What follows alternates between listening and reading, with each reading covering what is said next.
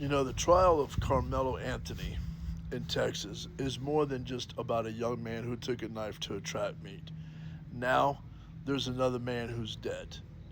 Now there are lawyers, courtrooms, arguments about self defense, and a nation debating on what really happened and then making all this about race. But before we talk about the courtroom, let's talk about the heart. Most people want to know who was right and who was wrong in that moment. But let me tell you something. God goes deeper. He asks what was happening long before that moment, right? What was happening in the heart?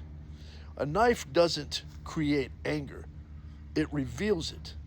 Violence doesn't begin when a blade is pulled. It begins when pride, rage, hatred, bitterness, and self rule are allowed to grow unchecked in the human heart. Jesus said that everyone who is angry with his brother will be liable to judgment in Matthew 5:22. Why?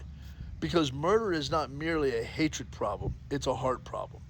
The truth is that every single one of us has the same disease. Maybe we haven't stabbed somebody, but we've all harbored anger, revenge, hatred, jealousy, or pride. The same fallen nature that destroys lives in public is the same fallen nature that destroys families behind closed doors. This tragedy is not just a reminder that we need better laws, better schools, or a better security. It's a reminder that we all need new hearts. Only Christ can take a heart of stone and give it a heart of flesh. Only Christ can replace hatred with forgiveness, and pride with humility, and death with life. Two families are hurting today. One young man is dead, and another one may spend the rest of his years behind bars. This is what sin does. It promises power, but it leaves destruction in its wake. The answer isn't found in a courtroom alone.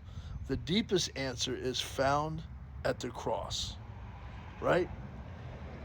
Every act of violence begins in the heart, and that's why it needs transforming grace of Jesus Christ.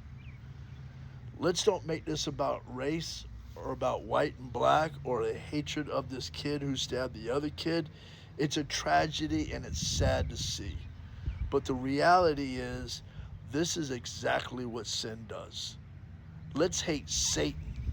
Let's get into the Word of God. Let's beat him by getting closer to Christ.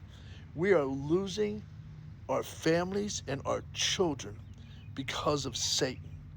Stop following the world, and start guiding your own children in the Word of God so they don't go down this road that Satan leads them. And now this young man will spend the rest of his days in prison.